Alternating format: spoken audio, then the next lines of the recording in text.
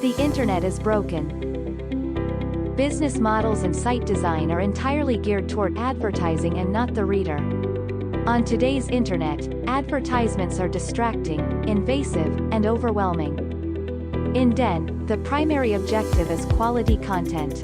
Instead of ads, you may occasionally see a boosted post where a user has risked value to increase its visibility. Just like any other post, you can upvote or downvote to help evaluate the relevance to your community. The more engagement a boosted post gets, the less the booster pays. Depending on the evaluation process, a booster can get up to 85% of their money back, if the post is well targeted and engaging. In DEN, quality content is the primary objective.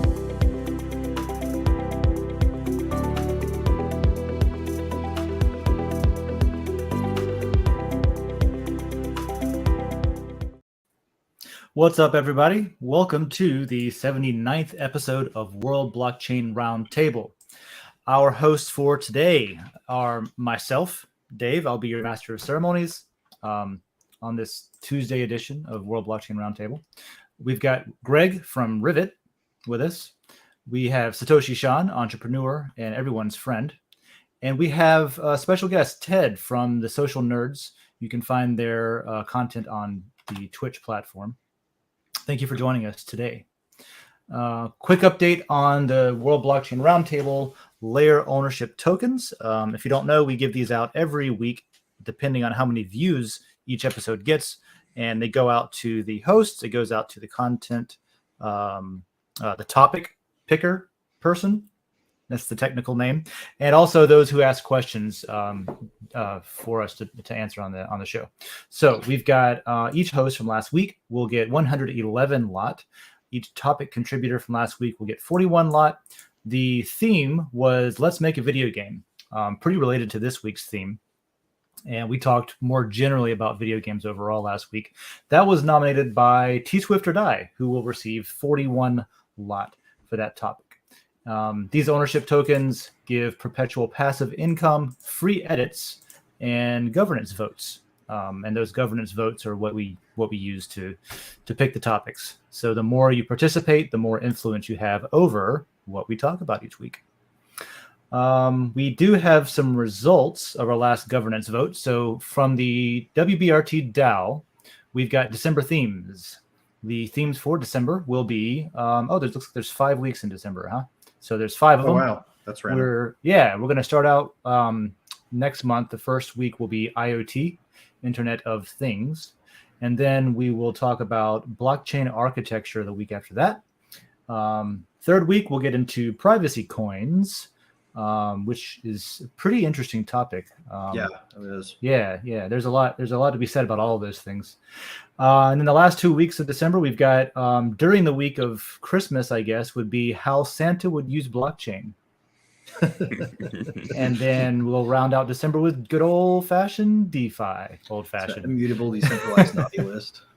Yeah. So IoT, blockchain architecture, privacy coins, how Santa would use blockchain, and DeFi. This week, though, we're going to be talking about a specific blockchain-based game called the Sandbox. It's a metaverse, if you've heard that term. It's one of many metaverses. Metaverse I don't know what the plural of metaverse is. It's a dimension in the metaverse. It's a verse, right? It's a verse. It's a verse. Yep. So we're going to talk about the Sandbox. Look at Greg getting all Firefly on us. Right. No, I love it. It's a verse. I knew you would catch the reference. Firefly. Yeah. Yeah. I think all of us here today are really into video games and pop culture to an extent. So we can throw references around that we don't talking usually about? Those are all films, right? You're just a movie buff. You're a film buff. Oh yeah, totally. So cool. So the Sandbox. The Sandbox is a metaverse game that allows you to build games inside of it. If you're familiar with like Decentraland, for example, I think it's very similar to that.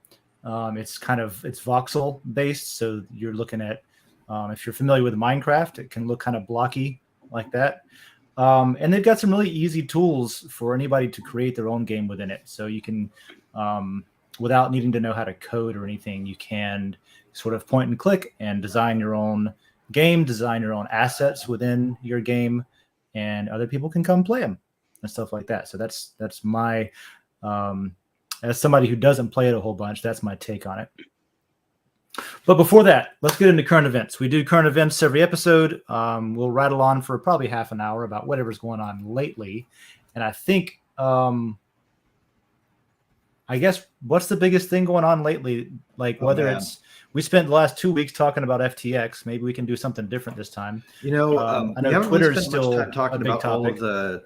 We haven't talked about the Freebird all that much. Yeah, we haven't talked about the new sheriff in town on what used to be a playground for the media elite, and is now sort of turning into, the functional equivalent of when the presidential palace gets raided and the political layer in your swimming pool. Interesting. Everyone's coming back to just scream at the top of their lungs through this thing. People are invested. I've noticed that. Yeah, people are really invested in.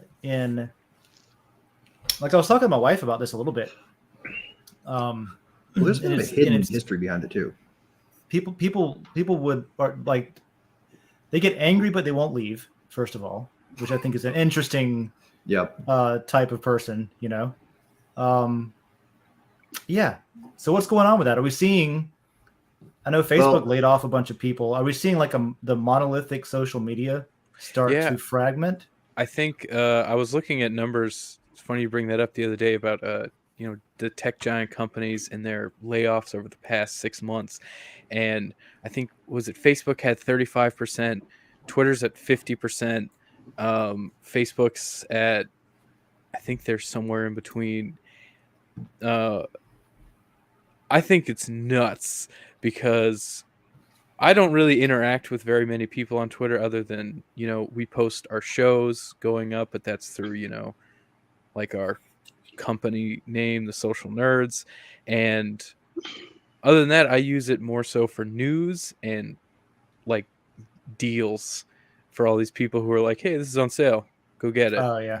Or for like news companies or video game companies that I use, and so many people are now backing out and going to these more smaller bespoke services which is really funny, right? Because some of them are like people who are going there because they're expecting to find a place that resembles Twitter, that's more controlled than where they left, and they're like somebody from CNN going on Mastodon.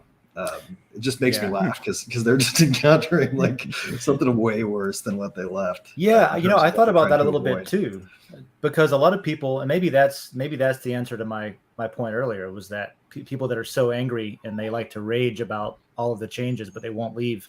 Maybe that's because like everywhere else is less, I'll say more equitable among the user base than Twitter itself is. I think it's a little dangerous what's going on. Personally, that's one thing that Musk really talked about. That it was the public square. You might not like everything, but it's everyone's opinion. I think people leaving that space and are just trying to find echo chambers. Yeah, which is the worst thing that most anyone could do. Well, did you guys know about how have you figured out, pieced together how the blue checks before were keeping everybody silenced? Why I felt like you couldn't talk to most of them. Was there more recent? Something came out recent about that? Well, it's actually been, the pieces have been out there for a while, but I didn't realize it until I ended up buying my blue check, right? Because I want to send Elon $8, and he doesn't have a crowdfunding campaign going, and I figure I might as well get something for it. Plus, it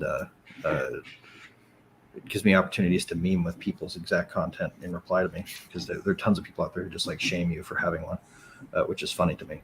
But I think you and I are similar in that personality type, where if somebody gets mad, bring it on, man. Like I almost wore my Team Pfizer shirt today just because I knew that like the half of the demographic that would pay attention to this show were like anti that. Trolls and haters are like your most loyal fans, even though they're not super active. But my point was, blue checks before had access to a 2018, 2019 era feature called VIP filters, where you could flip a switch and the only people that would show up in your feed were other blue checks. So everything you say can be heard by everyone, but everything you're fed only comes from people who are verified. Okay. So they had an echo chamber that was perfect before. So if you're some celebrity who's getting tweeted at 24/7 about fans who want to talk to you, and you're like, I don't give a crap. Who's what's that fun thing?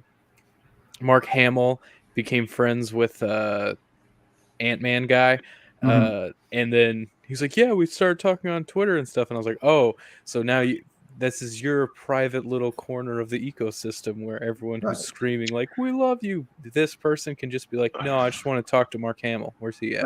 Right. And they can drill down and see him. I always wondered how they but always caught each other's tweets, and were always, because it's always famous people getting in battles, and like, how do they weed through it? That's how they weed through it. That makes sense. I watched exactly right. It's kind of fucked up because everybody thinks they're talking back to him, and they just want to have a one-way conversation. I think that's why they're throwing a temper tantrum right now. That's interesting. Yeah, I hadn't thought about that in a long time, but like I grew up with Ashley Green as a child, and I watched, as Facebook came out, I watched this like friend of the family just kind of like disappeared on Facebook. And I found out like, oh no, she just went into the celebrities part of Facebook. And so it's like your own, it's a section of your private world. It's like people don't really realize that it's there, but you get it's a special treatment depending on who you invisible. Yeah. Yeah. Well, and that's like Facebook asked me a lot recently. Chamber, I guess. It's like, hey, do you want to see more? Do you want to see more stuff on your feed from this person, or less from this person? So at least they're kind of including you in it. Right. Including you in their targeted creators and ads and all that stuff. They're What's like, annoying is like, why can't I you have want a New York Times filter, right? Like, why can't there be a button that I can click that says I don't want any mainstream media?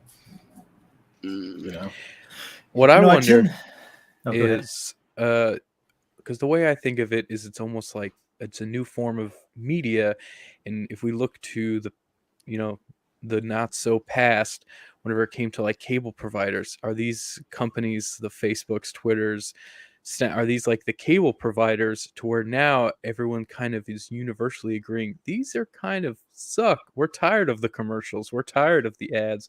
We're tired of this focusing on this, one side or the other. So now it's going to burn a bit, but everyone's just going to break off into these own bespoke little services, like the new reign of media services, and that's going to be your Mastodons, your Hives, and stuff like that. Until eventually those are going to crumble to the same things, to money and ads, because at the end of the day, money talks, and everything else is going to walk. But right now, I think that might be kind of where the ball's going to roll. I think you're hitting the nail on the head there, Tim. Well, I mean, except for services like Den, right? That's a little different. Well, that's where I was going. Is like exposing the infrastructure for cracking the community with behavior to the people who govern it, which is a really unique thing among. Once again, I think that's even more dangerous. I think you're pouring gas on this small fire, but it's a fire. Companies are supposed to be just companies. They're not supposed to be political. They're not supposed to matter. But they've taken a lot, over the past decade, I'd say, like Nike or Adidas or whoever, they've taken these political stands, which have cost them, Well, and now if you segregate into these echo chambers, when you start talking advertising, then it's going to be, the left is like, hey, you're advertising on that platform. We don't like you anymore. Right. That's the interesting thing, man. Like the thing that happened to Twitter right after Elon took over, even though he didn't change the policies, was like 95% of their advertisers dropped them. And that put the company in a bad revenue spot. They didn't want to fire all those people all that fast. But what do you got to do when 95% of your revenue evaporates? You got to cut some corners. You've got to put some products out that get you some revenue. Like they were in scramble mode all of a sudden. It's interesting. I think a lot of chaos has been created by the pressure put on them from the woke nudge brigade, right? Well, from advertisers in general, really I think that's been a big problem for a long time. Whether it's television, whether it's the internet, things like that, advertising and the dependence, specifically the dependence on advertisers, right? That puts you into this. It sort of backs you into a corner of what you can do with your company. if that's your source of revenue and you depend on advertisers. Yep. It also helps, like it helped them push stuff out, right? They're monetizing the Blue program really well right now. Like that's actually probably driving revenue like never before. A huge thing, a massive thing, which we hadn't touched on, and I forgot about till right now, is that Musk is being very proactive in this now. Instead of trying to, like you said, scramble, he's going on the attack. He is attacking YouTube. He came out and said that they're going to pay content creators to create on Twitter more than YouTube pays. Well, this is where I think they've got a video upload architecture. They do. They have the infrastructure for YouTube that. If they turned on an interface for it. Oh my God! Have you seen the? I just saw this the other day on Reddit, but because of, I guess, layoffs or something, but their copyright department is like down for nothing. So their video upload interface, people are just dumping like full movies into threads on Twitter, like all over the place. And then no one can go take anything down because there's probably one dude in a closet working on this is like 1999 internet. Yeah, this is I know, awesome. right? You could just. Well, it's turning into the Wild West over there. It's interesting. I think overall, like it's good to kick the hornet's nest and to shake everything up because development and technology and progress, I guess, stagnates when it's like, all right, we're in a comfort zone. Everybody has their bubble. Everything's going okay. Nobody's like, I don't know. There's pros and cons though. So is it? I guess I wanted to ask a question. Like, on one hand, it's probably very good to have like free market competition. You don't like Twitter? Go somewhere else. You don't like that? Build your own. Build your fantasy perfect app thing. Yeah. Awesome. Go do it. And if you can acquire one, that'll work too. At the same time, for let's say the consumer or whatever term you want to use, the user base, the average person who maybe used to just check Twitter to see what's trending or to see, to follow like, I want to follow X executive in the world to see how their industry is doing. You just go to Twitter and follow them. Now it's like, is it a pain in the ass to where you have to know like, this person's on that platform, so I got to get an account over there to interact there or to follow, but this other person who's in the same industry is on this other platform. So not only do I have to like follow two different platforms, but then those two people may not discuss amongst themselves, which is always to me something interesting to watch on Twitter, seeing heads of industry discuss like what's going on currently and just to keep your finger on the pulse. How do you get around that? Do we go back to these? Would be like some kind of take your network with you utility, right? Like when you move to a new cell phone company, you take your number with you and you take your address. Sorry, I've got dogs right here. They're probably gonna be bastards pretty soon. This is about the time of the morning they have temper tantrums. But you take your network with you. You download your contacts to your new phone. You don't have to start over with new contacts and a new phone number every time you want to switch companies, right? I think that one place where social media lacks is the ability to port your networks, right? Like networks should come with you. And if that actually were the case, if your networks and content came with you when you transferred, it wouldn't be as big of a deal to get deplatformed on one of the companies, right? What they really do is they take away your network and they take away all the content. And that's what they've done to you with the terms of use, which nobody thinks about the fact that they've given a right of ownership to everything you post and all of the data you create, including the network connection points, right? In reality, it's kind of your blood, sweat, and tears going into that, and having it taken away because you put up something that they like is kind of an excessive overkill of a punishment, And I could see that being hard on creators too. If you're like, okay, Ted, you're on Twitch with the social nerds, right? If everybody, let's just say everybody's on Twitch and that's 100% of your community is on Twitch and that's how you interact. If Twitch were to go through what Twitter's going through and get fragmented to the point where you then have to figure out, where are my people now? How do I now have to make sure that I like simulcast to all these different networks? How do I combine the chats? Like it's a problem at that point for people who depend on on having access to their community as well. That was actually a huge problem about 8 to 10 years ago with, I don't know if you guys remember the whole adpocalypse with YouTube, where a lot of people, that was 100% of their audience was just YouTube. And then whenever Google bought them, and then they cut revenue for creators like down to nothing. And then people had to try to move their audience back and forth. And whenever we started, we thought of it like investing. You don't ever put your eggs in one basket. So like we have a podcast for those services. We have YouTube for that. It's, you separate so that way, hopefully you get a hardcore across all. And I think that kind of fits into this. You're talking about media service. The people who want to interact with all these different people from all those different things, those are going to be the hardcore, and they're going to do it. They're going to make, 20 accounts on 20 different things, and then hell, I'm sure they'll be the moderators of well, they said this on this side and you're saying this on this side. What's going on? But for most people, I think their apps on your phone, I think at the end of the day, it's going to just be the convenience of who do you want to listen to? And you're just going to go to the places where that person is talking. Wait, and that's a neat segue into metaverse conversation, because when you think about it, like a lot of the reason people don't use their home, their physical home address, as like the nexus, the thing that connects all of those things together.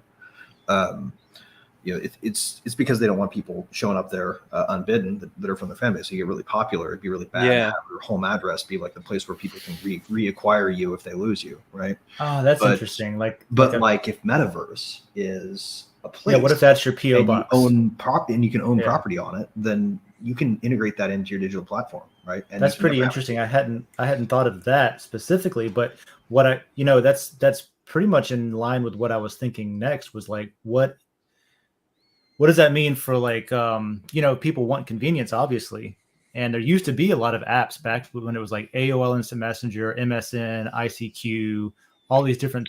Wasn't there one that combined them all? But there was one that combined them all, right? Where you could log into your different accounts, and then it's presented just like you don't care what network someone's on.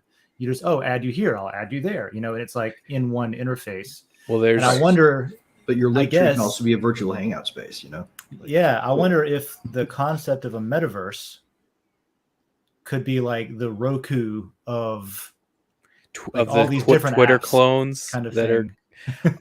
all these communication. Hell, if it's not made yet, it'll be made soon, and someone will make a lot of money off of it. Oh yeah, you put up your home tower on your metaverse property, and you can have your entire feed broadcast up the side of it, so that whatever platform it's streaming on, you can have an audience standing there going like, oh, he just sent a message on Twitter. You could set up like a Cineplex, and now he's streaming on whatever. You could set up like a Cineplex, or like the Social Nerds, Stoshi Sean. Everybody goes there, and when they go in, they could go to the Twitch theater, the YouTube theater.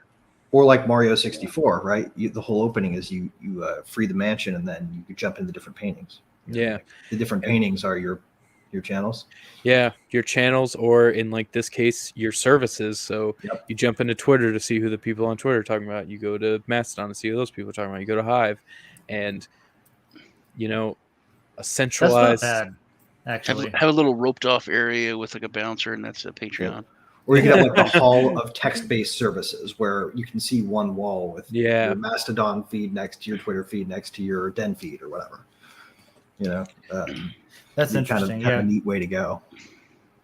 Because and this stuff is almost already here today. Like we're on StreamYard, for example, right now, and as the account holder, you get to see all the different networks in one stream, one interface, one you can broadcast on simultaneously. Yeah, that is true. And then whenever you reply, you might be replying to somebody on YouTube, and that reply goes out to Twitch, it goes out to LinkedIn, it goes out to all those, and maybe the people watching over there don't know what the hell you're talking about because they didn't see that.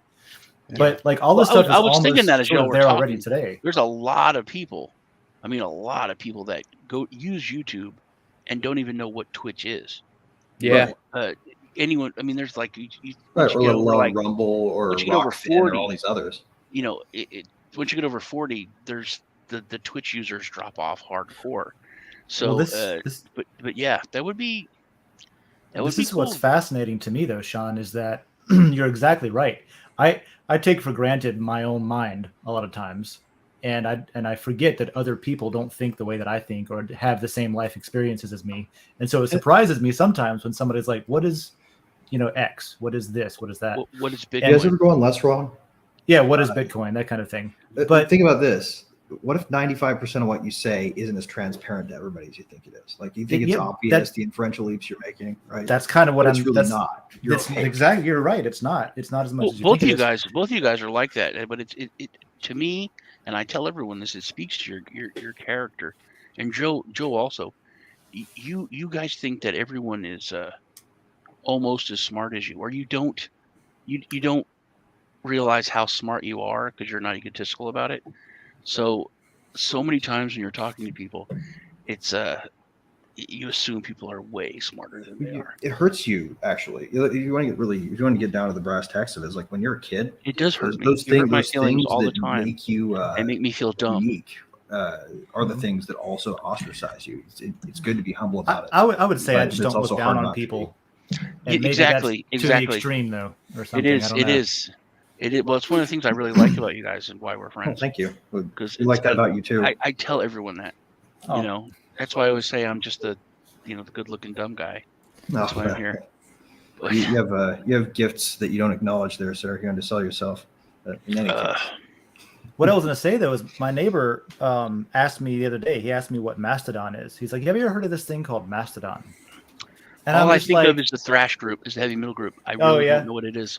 Yeah, so Mastodon is an option for social media. If you don't like Twitter, it's like another option, right? It's a little bit complicated for somebody who doesn't know how to use a computer, for somebody who only has ever used their phone and not even the internet, just whatever apps are on their phone, that kind of thing, because that's very common today.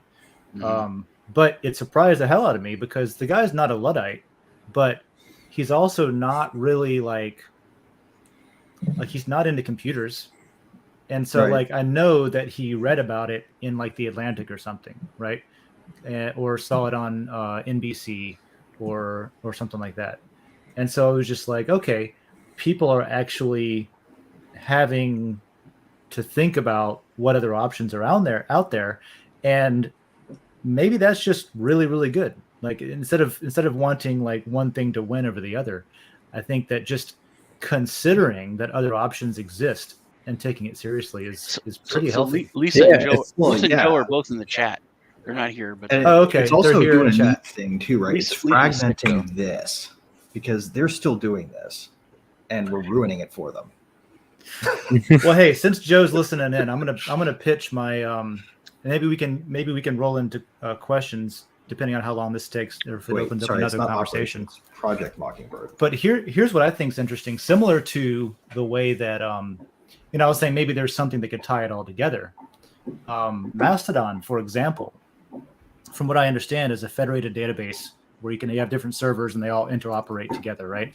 So it would be interesting to be able to have like the layers on DIN could tie into that, where you could have your Mastodon server as a layer, and maybe the chat rooms on DIN could be like a combined, like whatever network you're on. My point is like, yeah, this would take massive resources to develop, but something like DIN could be used to wrap all of these into a common, easy user interface, where if you want to make a Mastodon account, if you did it through DIN, for example, it would just automatically set you up on our server. You wouldn't have to, go through all these confusing steps for people and things like that. But as a way to, it makes it monolithic again, but not really, because, where something might not be okay on one network, it is on the other, but you can still reach them through the same interface. I don't know, something like that. I think would be. I mean, I think there's, like we talked about it before, there's a lot of precedent for, some sort of device to do that. I mean, just look at your phone. How many emails do you have all connected to you? If you have an iPhone, just to your email, and then they all just come up. Or like on OBS, if you have you can stream to multiple platforms and have all the chats running through the same thing. But it kind of goes to those providers to, like you said, dump the resources to consolidate and incorporate a new back-end structure to put everything together. But Yeah. there's enough precedent that it's been done that I'm sure that it could be done with this. There's an interesting question in the risk chat, there, though, and is ironically, it's from Twitch, which I don't think I'd seen one from Twitch, but it was about unions trying to shut down the rail system. Yeah, I saw that too. I hadn't heard about that. I have known nothing about that, but it seems kind of like an important thing I should know about. Oh yeah, I don't know. I didn't bring it up just because I don't have any insight into it. That was happened twice already. They had to postpone the date in the end of collective bargaining agreement. And the issue was weird because they actually had a deal that kind of got kiboshed by the overseers of the like the union regulators, basically. Sort of stuffed that one back down. I think they were looking for something that the administration would support, or something along those lines. I haven't read it in like weeks, but I'll have to look into it. I haven't heard it much. On the deadline again. I know that those kinds of shut down all the rail shipping stuff. It would have been crazy. I know it's probably inevitable that everything gets automated. Part of that question, even though I don't know anything about what that question from Twitch, and thanks for asking it in chat. I don't know anything about it, but I think it's part of it was maybe autonomous rail systems are more important than autonomous cars. I think autonomous everything is within a lifespan away, right? Even shipping is like an easy thing. Shipping, I remember shipping's my favorite. Just like infrastructure stuff being automated makes some sense. I remember being stuck trying to cross the Suez Canal. I was in the Mediterranean on a Navy ship. And it was like there was a strike. There was a worker strike, which great. Like take care of your human rights. Get what you need to get. If that's what you got to do, great, go for it. But the impact is real because I remember sitting for 2 days, just sitting there anchored off of the Suez Canal with a bunch of other cargo ships and everything.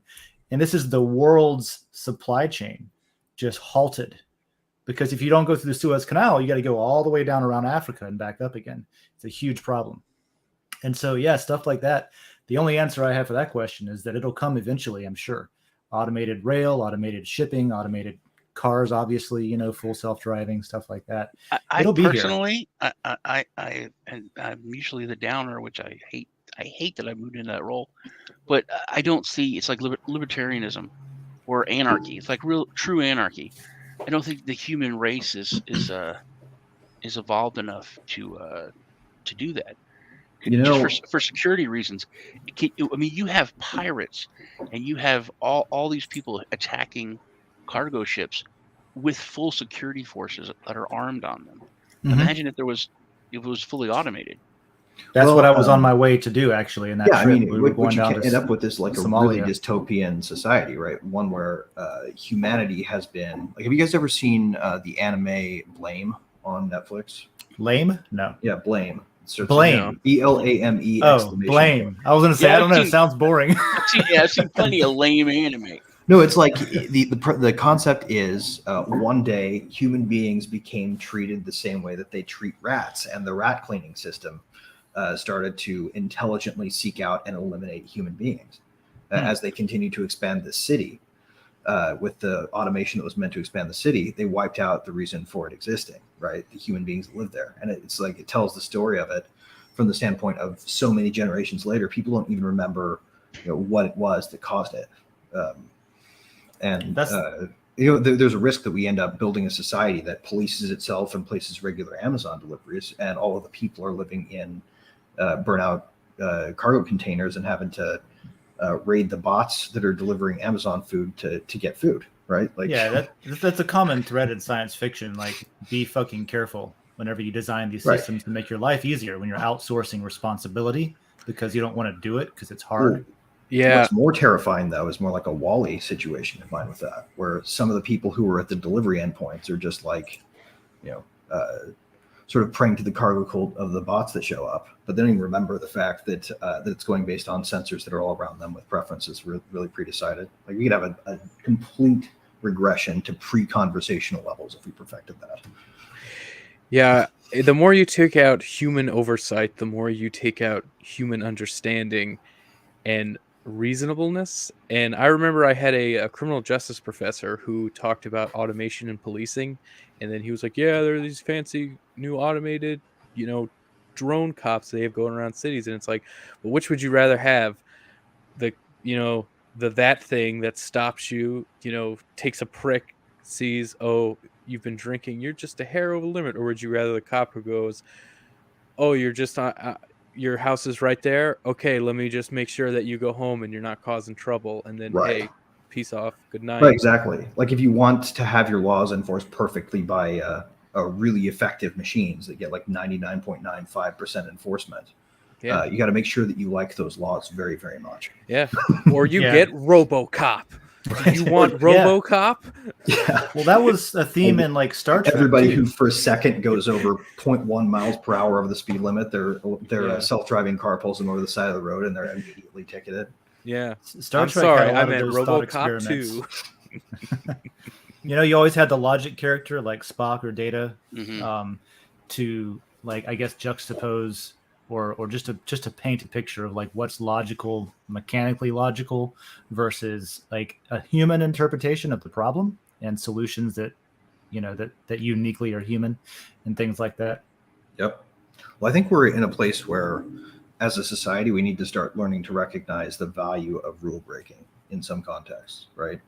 Rules should be breakable because sometimes that is the exact signal that you need in order to understand what a better rule would look like. Yeah, I mean, I'm not against rules for sure, and I do think they should be breakable with consequences. I've thought about that a lot. If it was a good break, like you should be able to gamble on that, and if you've done a good for society, there should be a way to prove it. And that's what and also like Snowden, the concept of punishment that fits the that. crime kind of thing. Varying degrees of enforcement, where like there are some things that I feel like, okay, there should be rules against it and consequences, but only sort of as a form of friction, where if there's a really good reason to break that rule and you're willing to pay that price, to, depending on how big of a rule it is, that there's degrees of right and wrong, of it, though, right? The problem is this. You can't write any rule using government because it has one power, right? It can threaten to use legitimate force and it can use legitimate force. Those are two things it can do in order to get people to comply. So every time you make a law, somebody's going to be unreasonable, having a bad hair day, and it's going to escalate. And every law you pass is going to be like, is it worth creating a rule where occasionally somebody dies during enforcement? Because it's going to happen for almost every rule. Well, I was thinking more along the lines of like, are you okay with killing people off for the fact that like you rolled through that stop sign, for example? Take whistleblowing for an example, right? There's really, really important cases for breaking rules when it comes to whistleblowing. At the same time, there's really important reasons to have secrecy in military operations and government and things like that. And so there's got to be some sort of balance between like, no, everyone. I don't think there's any gray area in that, and I think that's one of the most dangerous things that's happened right? recently with Manning and with WikiLeaks. I think that the evildoers have begun hiding behind that, which they've done throughout history. You can't do that because for national security. Well, no, man, it's your fault. You messed it up. The whistleblower has nothing to do with it. It's like their moral obligation to come out, and it puts people in harm, and it can expose our country, and it can do all these terrible, evil things, but it's not them. Right. It's the person that committed the crime that they're blowing the whistle on. The problem is they contemplate harm as anything that embarrasses the state, right? The government doesn't want to be embarrassed because technically you can create a butterfly effect style argument where any embarrassment to the state equals a diminishment of global power. Therefore, any breach of secrecy, no matter how trivial, is grave harm to our nation, right? Like, and this is where they conflate country and state, and people think we got to protect our country. Yeah, that's what law is for, right? Yeah, I agree with you both, and I think protecting the state is an entirely bureaucratic concern about protecting power. I think that there needs to be effective and reliable protections against for whistleblowers. Unfortunately, we don't have that. I think we have a semblance of, not to the extent of this for this whistleblowing, but kind of to what you were talking about, where we have minimum and maximum sentencing for different crimes, so that way based on your intent, based on the circumstances surrounding the rules that you're breaking, maybe you get a slap on the wrist, maybe you go away for life. The problem is again, we also kind of fall back into the negative side of the human condition, where you see news stories all the time. Hey, this person, had an ounce of pot, jail for 5 years. Right. This dude Yeah. had 5 grams of coke, but he's a Wall Street dude, so right. And give him a also fine, he send him knew to off. call the lawyer that was friends with the prosecutor because he's in Yeah. that social circle, right? Like even plays in fair golf with the application of the judge. law is right. There's no system that will not ultimately be corrupted by power and money, right? So we have to get money, not money out of governance, but we have to get governance out of money. And don't get Right. caught. That would go a long way, but I still think there's a problem that we get to when we start talking about policing our way out of situations like that. We may find ourselves. That's an interesting thing you guys brought up, and maybe we could touch on this before we get to questions. But with the Brittany Griner thing, there's all this talk about it, and how severe Russia is, and how it's terrible, and how we need to, give up the doctor of death or whatever to get her back. But fact remains, she broke a law in a different country. Yeah. And if you break the law, you've got to, you've got to they can get her the penalty. back. But it's starting to have people saying, hey, what are you talking about? Like Ted said, we have people in prison in our own country for having a weed crime, a small weed crime. And there's all this national attention, and we're talking about giving up this really evil dude prisoner to Russia to get someone out of jail. It's so hypocritical. It's ridiculous. Well, we'll sit here and say that's unjust. Get her back. Yeah. How many of our allies are imprisoning Russians that they want back that will probably unjustly imprison? But we need to fix our own weed laws before we can point the finger at another country. Just because we don't like that country, it's. I don't understand why they would even think people would be like, yeah, those people are bad, and we're doing the same thing. Yeah.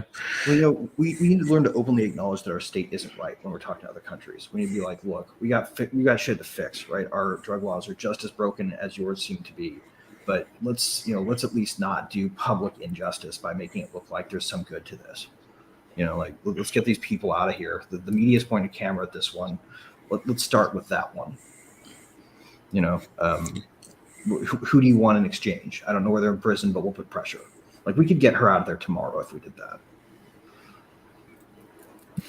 Well, that's a good discussion for current events. I think we should get into questions. I don't have a segue necessarily, but let's talk about virtual worlds, since ours is so undesirable at times. Yeah, we need to escape there. Speaking of the largest eastern landmass, let's look at the largest digital landmass. Yeah. Speaking of something unrelated, let's segue into this. Yeah. So Jacob Wayne has been posting on Den for a while about the Sandbox. I've seen some of his recordings on Odyssey as well. Mm-hmm. And that's probably the second place I heard about the Sandbox. I initially was just looking at when it was first being developed, thinking, oh, cool, maybe I could make a game with this one day. But Jacob Wayne's been playing it for a while, and they have these alpha seasons where you can go through and check out some of the games that some pretty big companies have been making, actually, like Gucci has one, and Atari's big in the Sandbox, and just different curated, like Ubisoft has a cool like rabbits taking over a game thing. So he's been checking that stuff out, and I've been watching him. And he's got the first question up here, and it I guess I'll read the intro to the question too. I'll just go for it. So since I proposed this one, I'm obviously excited about the episode. It's a project that I've been following for a while now, and I've participated in 2 of their seasons of gaming and screen record it. I'm assuming that link will lead to one of his screen records if you go click on it. For now, they release maps that you can play during a set period and then go into hiding again, probably to fix bugs and fine-tune the gameplay. I'm sure that's exactly what it is. I understand that it might be some of the hosts' first time to check out the project, so I'll try to ask something that relates to the big picture of blockchain gaming. So, with that in mind, question. Sandbox allows individuals and companies to create fully customizable experience and or quest-based game inside their own digital real estate plot. If you were to make an experience, what quest would you include and what would your little world look like? So another way to frame this would be like, how would you use a metaverse? And assuming that you had the tools to build it easily, what would you build with it? Because that's kind of what the Sandbox is about. You got your own little slice of the metaverse. What would you put on it? That's a great question. That is a great question. Well, I think we talked about the experience stuff. That was with our Cineplex. That's true. Yeah. That was a definite Cineplex, thing. yeah. As far as quest based games, that's really kind of personal, I guess. Yeah. I'll go first if nobody else wants to go. Sure.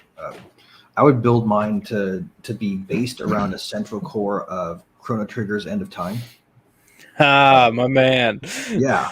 So, and from there you would be able to go to different pillars of light that represent places in my verse as opposed to in different parts of Chrono Trigger. Right. So, the puzzle in my game, the quest in my game would be to figure out how I'd chronologically array them such that you can make changes to my completely satirical references to like the first Elder Scrolls 4 game where they had the errant AI at first. Like I want to get broken loops in there as a funny thing. Yeah, I also kind of want to play with and all that. Westworld themes of NPCs and loops. So so try to figure out exactly how my Chrono Trigger game is structured from the End of Time will help you unlock the riddle of my quest. And is it important to have it where, like, if you go into a different timeline and do something that is affected in like the other time? But I'm not going to be explicit about what time period you're in, which one's before and which one's later. To me, I've always thought about like you want to open the door to go into the game, into the room with the magic, though. You got to figure out how to order them like a puzzle. I never finished Chrono Trigger. I made it to the I guess, is it Light Pillars or whatever, where you can go to the different times, and stuff like that freely. Which it's the End of Time. Yeah, for that, honestly, what is that? Was it Super Nintendo? Too, so Super Nintendo. For that era to have a non-linear gameplay like that was like, that's fucking awesome. Man, I love that game. It's like my heart and soul. If you like Chrono Trigger. Not the video I'm shooting now, but the next video that we're doing, I have 2 hours written, but I have to get it down to like 45 minutes about Chrono Trigger. I could talk to you about Chrono Trigger for literally this entire show. Dude, me too. We can do a Chrono Trigger episode, and I'll have to remember that, and I'll watch it when that comes out for sure. Cool. But what I'm interested in with metaverse stuff is the integration of physical and virtual worlds, where there's things that not only can you take it from one virtual world to the other, where you have an item. Of course, like the big thing with NFTs potentially is that you have ownership of the item, you've worked for that item, you've earned that item, now it's yours, and you can take it to a different game or something, or you can take it and sell it to somebody who doesn't want to work as hard but they have money, or whatever it is, like an easier way to sell your account than just going to eBay and selling your World of Warcraft credentials or something. But like for companies, and this is like getting into marketing and advertising, which is boring, I know, but somebody brought up like earlier today the concept of like integrating turkeys into the metaverse, basically. And I was like, Butterball, the turkey people, Butterball could go, could very well do something where like they, they rent, they don't even have to buy something for land. It doesn't have to be this grand game. It could be something that's temporary, right, for the holidays. Start with a PFP and build from there. A Thanksgiving game where you go in and you have like a virtual turkey shoot or something, and you complete a puzzle, or you do something engaging and interactive. Maybe you help them advertise their company for them by telling your friends about it, and you get a coupon or a voucher to go to the store and get yourself a turkey. Have you guys seen the that game. South Park episode where the stuffing mines are rated like it's like Cartman's version of the Pilgrim story? Yeah. They never talk about the planet turkeys come from, and I think there could be planet turkey, and on Thanksgiving it'd be more like a zombie apocalypse where people are running. You guys remember Turkeys back are running. in the 90s there was a Chex video game? They came out with a video game in the cereal, and it was a solid game. Yeah. It's called Chex Quest. It's built in the Doom engine. It was the original 14 levels of Doom cut down to 9. You fight snot monsters who are coming in from another dimension as Captain Chex. They send you with a Zorper. I got one in the back. I'd need like 10 minutes to go get it. Yeah, I could talk to you about Chex Quest for a little bit. Yeah, they had like a relaunch. Like Never heard of it. Yeah. It's like TurbanLand.com. But it was viral marketing way before there was a thing, and it was people like, oh, you got to play this game. It's and it's about cereal, and it was a good game. It was fun. If you like Doom. If you like Doom, you'll love. Was it Chex Quest? Yeah. If puns too in the sequels, right? Like you have the first Battle Arena version of it be like serial killers. Oh yeah, that's. This is kind of what like the Sandbox's approach is for making these little one-off games that are like, oh, you like.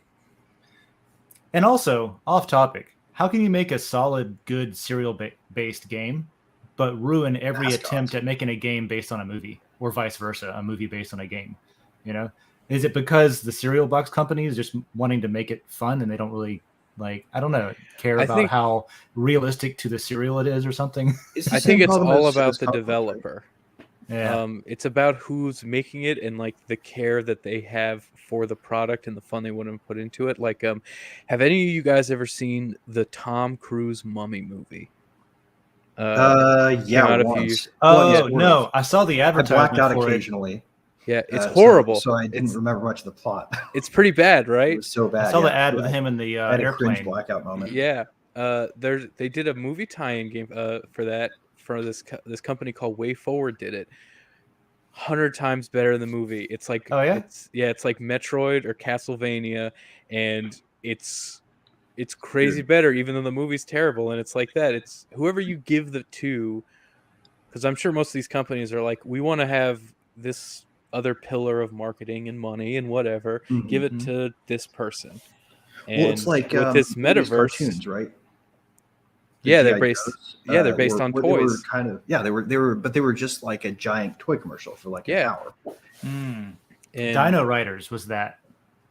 You ever watched the one season of Dino Riders, the cartoon? Half hour, I guess. But... Fantastic kids show. I have not, by the way. But the only reason it existed was because they were making these toys, the dinosaurs, Dino Riders, and so they needed something to get to sell the toys. So they made a fantastic animated show called Dino Riders. Yeah, I still think one of the best was Gem and the Holograms, man. Gem and the Holograms, same. Similar. And I watched that movie recently because it was supposed to be the worst movie ever made. Oh, it's no. It's not good. It's not the worst movie ever made. It's not the worst movie ever made. That's Alone in the Dark. That was also after a video game, though. What's that Adam Sandler Alone in the Dark. I love the Alone in the Dark video games. I didn't know there's a movie. The movie has Christian Slater and Tara Reid, who is a scientist because she puts her hair up in a ponytail and puts glasses and a lab coat on. I hate to slam artists, but I don't know. Uwe Boll has this habit of making video game movies that just don't work. There's a scene where a guy named Marco falls in a hole and they all yell Marco. I was in a Tara Reid is a scientist. You guys need to see it. Yeah.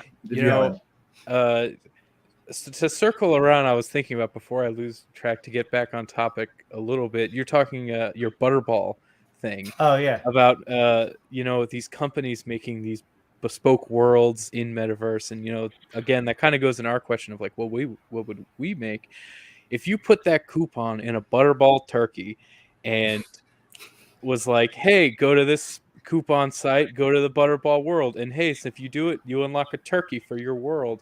I was thinking about, as you guys can see, I'm like a physical guy. I like stuff, Yeah.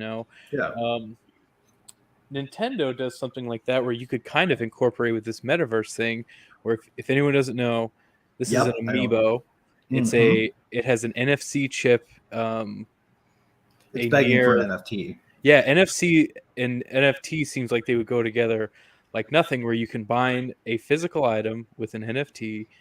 You put out a limited edition of this.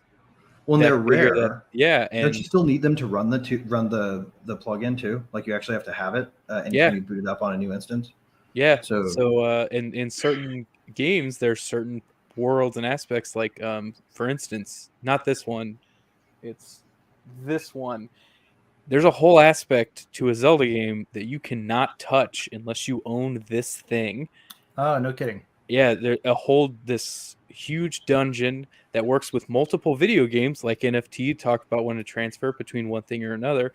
You use this, you unlock a secret dungeon in one game, you play it with this, you save that information to this figure, then you go to the next game that came out, put it in, you get a character that has the progression that you had from that secret dungeon area. There's one of the most in-depth ways they ever use these things, but that's clever. That's cool. That's interesting. Add in NFTs that are geotagged, and you have a geocaching hunt for rare content. And to me, that sounds like I keep talking about hiding private keys in No Man's Sky, and I'll get around to doing it one of these days. But that's like Joe equated that to geocaching, which really it is. Like here's a planet, go find the money. That kind of thing. It's Cannonball Run, but you have to look at the AR overlay of this particular geocache world in order to find this one. It's sort of a ghost world add-on that's regional. That would be a neat one. And what do you think the cold start problem of like metaverse is being bare and empty and not that interesting at first because it relies on people decentralized collections of people creating stuff? That's the world, right? Yeah, so obviously here was bare. More people to create stuff. The Sandbox does a good job of giving tools. Like you can create like a voxel 3D image character, where you can take a template and make your own personalized version of that, and that can be an NFT. And then you can use that in your Sandbox game, and people can win that item, or they can, whatever. They can buy that item or something with sand. Or you one can of the first carnival, and you can make rigged games that people can't win and charge them sand to play them or something. One of the first NFTs I ever picked up was a car from Crypto Motors. I actually think they're part of the same NFT studios. I remember you talking about them. I think they're actually part of like the Sandbox team and the Crypto Motors team has some overlap, but I'm not entirely sure about that, but I think so. In any case, one thing I'm excited about is to take my car in there and check it out, because you can drive it in there. In Sandbox. Yeah, it's pretty really? slick. So that's just refresh my memory. That's the one where the design and the car is all on chain. Like it's in it's like they've embedded all of the details of it's embedded. It's not like a reference to a centralized not a reference system. to a Google Drive or anything. One of the coolest things I saw with the use of NFTs was I forget the name. It's one of the big ones, but it's not totally decentralized. Anyway, it was Back to the Future thing, and they came out with the actual car that you could buy, where you could get into the car. It was all AR. But my friend Lee, he loved Back to the Future. It's like his favorite movie. He couldn't get one of those. He missed it, but he got an RC car. And it was the weirdest thing, because everything's on your phone, like with a drone. Your drone, you fly it miles away. You're not holding the drone. You don't even see the drone. Everything is on your phone that you're looking at, and it's real. Yeah. And this digital car, it was right there on the sidewalk. And then he was driving it around on the screen using, the controls, and it would like jump over the curb. It was like owning an RC car. Yeah. There was no difference, except you didn't have to store it, because you're looking right at it, you're seeing it, you have to walk along with it. It was just like literally a real RC car. That was one of the most mind-blowing things to me. Did I would almost rather have that.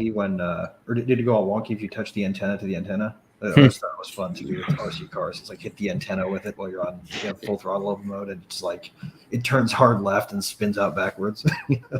I remember not thinking that an RC car was ever good enough unless I could make it pop a wheelie, even if I had to like throw it in reverse and then slam it forward again to get the momentum. That was, for whatever reason, that was how I judged RC cars. Can it pop a wheelie?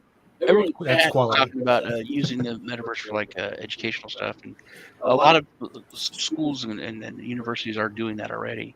Yeah, could be powerful for unschooling or homeschooling crowd, right? Because there's already this concept of educational pods, right?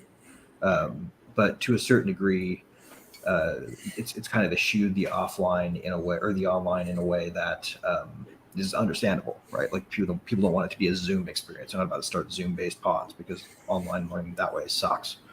But it would be cool to do for kids who are really into like Minecraft and building in Roblox and things like that.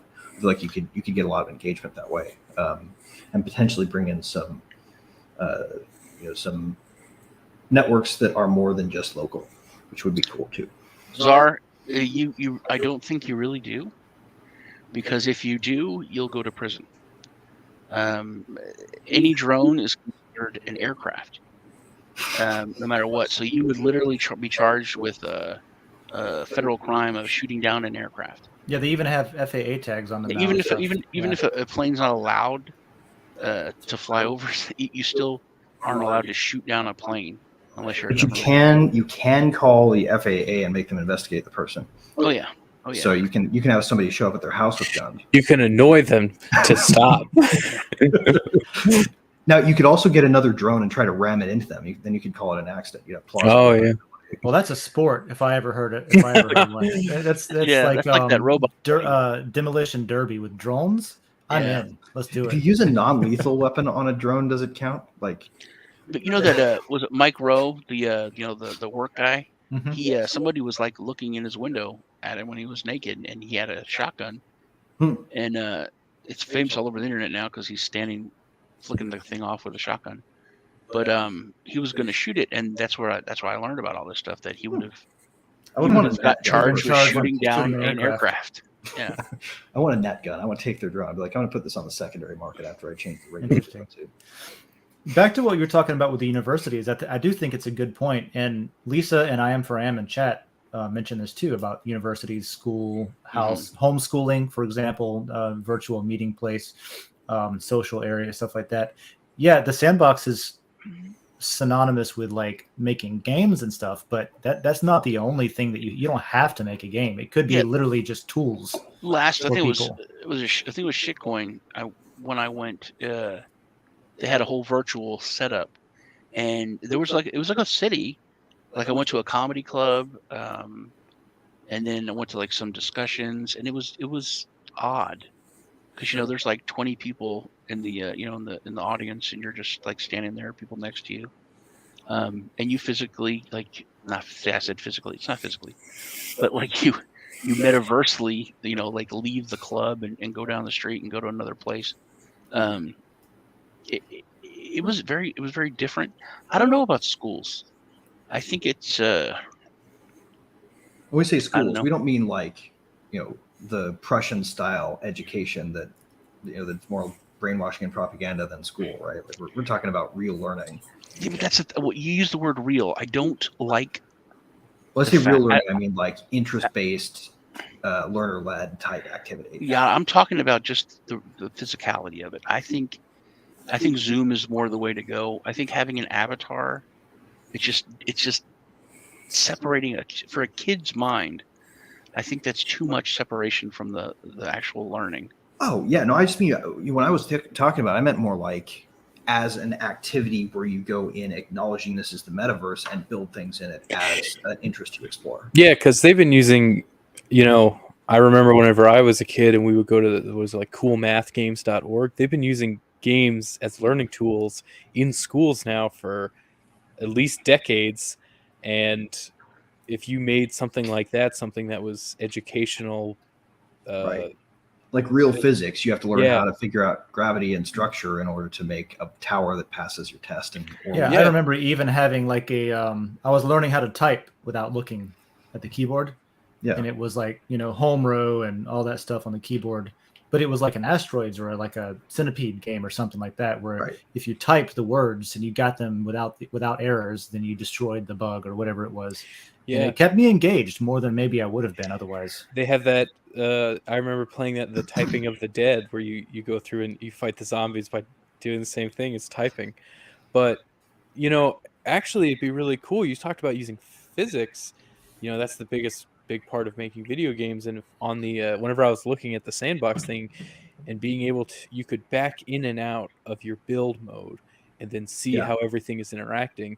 That would be a really good teaching tool for teaching physics, mathematics, and by just backing out and going, here is how you're programming the realistic physics of this planet or wherever you're learning about, and then you're going to back in and out and do your experiment, cause and effect. Here's your work, here's your numbers, and just have complete transparency in the whole process of how you learn about this or that, or whether it be chemical bonding and chemistry experiments where you don't have to risk something catching on fire or a bunch of dumb kids doing and if you complete it successfully, there's your certificate, which is a token or something. You know? Maybe a non-transferable token if it's a cert, but that reminds me of like creative mode in Kerbal Space Program or something like that. You know, how does this fly? How does that fly? What I'm talking about though is like you wake up in the morning, you don't have to take a shower, you don't have to do anything to your physical self, and then you can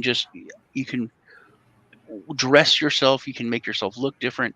It's so much of a detachment from your real self. Socially, human interaction wise. That's what I'm talking about. Well, I mean, on a Zoom, we think of self present day. On a Zoom, it's like it's at least you, and you're talking to your classmates. It's all somewhat based in reality. I think at that time frame, syndrome. If I forget my phone. I think at that developmental time, that's important. You're taking away so much of that social interaction at that developmental time for kids. I think the reality is important rather than the metaverse.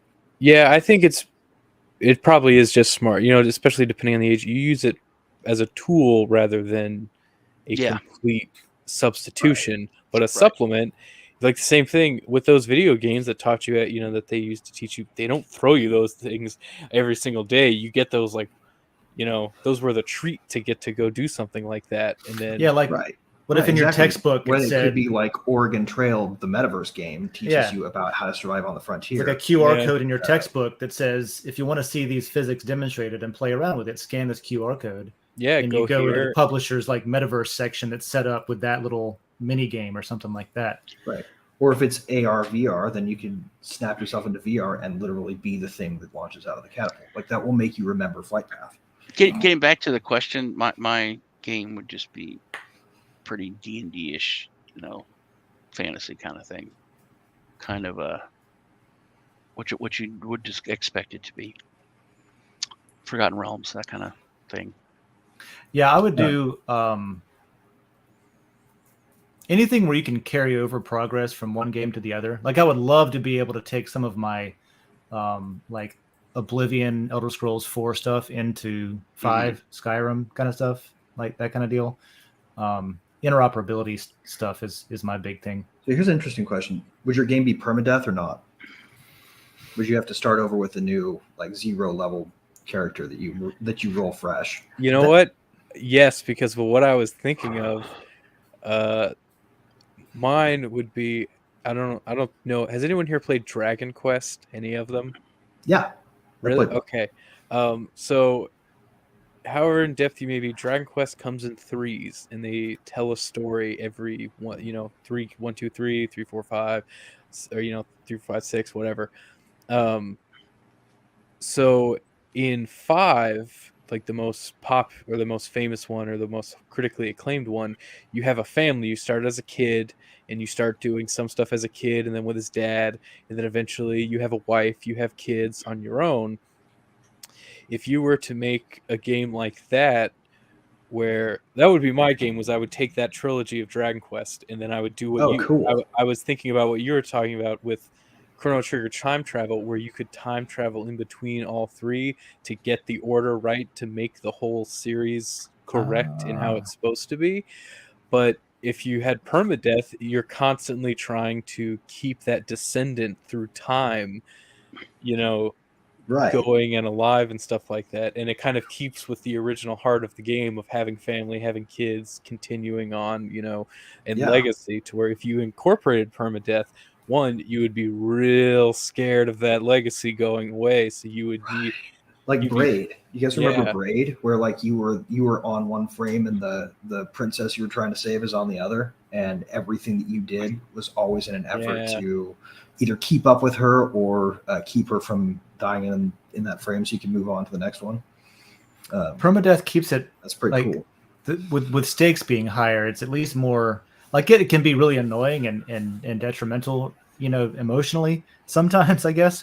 But that's what I liked about Ready Player One. And Ready Player One, to me, is kind of like the vision of interoperability and metaverse and all of that, fluid. But permadeath, like if you die, you freaking die and you lose all of your stuff. And it makes like, I don't know, higher level characters and stuff that much more impressive too. Because now they're walking around risking being alive just by walking around. They're a target. True legends could exist, right? There's a friend of mine was actually talking about a video game where that's a thing, where it's a simulated virtual reality game where the game takes place in a VR game. It sounds real weird, and it's this anime thing called Dot Hack, and that's the premise. Kind of is whenever you go in, I played Dot Hack. It's funny. Yeah, whenever you go in, if you get killed, it's permadeath. You lose all your shit, you lose all your experience, you die, and you're gone. And then there's a group of people who just go around fucking shit up and trying to kill everybody. And if you have like an aspect of that in your game where they can just come in, knock you down, and you have to start from scratch. Yep, it's Rust. You start off on the beach, and the key to surviving it is to making sure you grab a stick first and sharpen it. Hey, let's see what we got next question-wise. I think Sean had a question here too that we can hit on. So the Satoshi Sean asks, could smart contracts be used inside of a game or adventure to award an NFT prize, like defeating a boss and getting their weapon or armor, or even a bag of sand as a cash prize? Follow up on that. Could a pool be created by players from entrance fees and that pool be used to automatically distribute those funds by percentage throughout the game? What I like about this question, Sean, is that you're almost treating building a game in sand like building a whole separate blockchain app. Like take that and just do it all inside of sand, which I think is pretty cool. And yeah, of course you could do that. And I think that's for that one, you would almost want to create a game called Regulator Quest, where the whole thing is to lobby the SEC to change their rules to make sense with this type of economy. Well, that was going to be that's my next question. It kind of hits on that. But I was wondering, like the automation of it. You create the game, and then like certain NFTs would be in there, like weapons or even characters. And that's another question I wanted to ask you guys. I wish Joe was here. Is how much can you fit into an NFT? Can you make an NPC with dialogue, some in it, AI, so on, like really a character, and you can get that, you can win that character, and then use it in a game that you make, use it in a game that you play. So like new voice skins would be really cool. Like imagine if you got like a Nicolas Cage deep faked voice that you can then use in your game if you want, that sort of thing. Yeah, earlier today I was listening to Super Happy Dragon Lucky was earlier today, and Joe actually went into one of the questions was about block size. It was a different context altogether, but it was kind of basically the question was how big is a block and how much can you put into a block? And I guess the short answer is it depends on which blockchain you're using, right? But for something like, for example, Dragon Chain doesn't have a limit to your block size. For architectural reasons, it doesn't have that. Right. The downside, of course, is if you have big block sizes, then you're never going to have an easy time getting regular people to run nodes on their home machines. It depends on what you're doing, and it depends on what you need to decentralize. And there's a whole thing with that. So it's a trade-off. kind of. I think block size is a security question.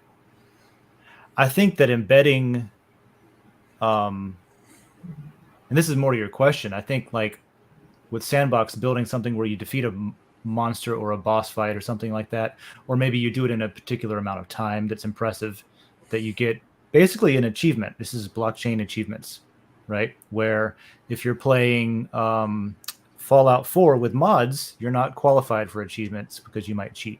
But if you're playing vanilla, then you get achievements. And that's kind of like what you're talking about here, is where you do certain things in a game. If you do it in a way that's legit and verifiable, like you get an achievement, and that achievement can be a prize, and that prize could have some utility. Maybe there's a club that you can get into, you know, or if you just have money. that. I mean, if you pay Or money, you know, $5 in sand to play this game, and there's like 20 of you. Well, if you had to stake one of your own NFTs at the risk of losing it in order to play in a certain game, like Mario's trying to save the princess, but the princess is getting your NFT back. Man, back to the amiibo thing that used to happen. There was Smash Bros tournament where you that's connected to a character who you train digitally, and then you would go to the tournament with that figure character loaded, do it, and if you lost, they would burn your figure. It's like racing for pinks or something. Yeah. It reminds me of this game that I always wanted to see somebody make when CryptoKitties got really popular. I wanted to call it like Cat Fight, and the idea was there's a pot and you go in, and if you win, you get the prize money, and if you win, you get the one breeding cycle of offspring from the thing you just defeated.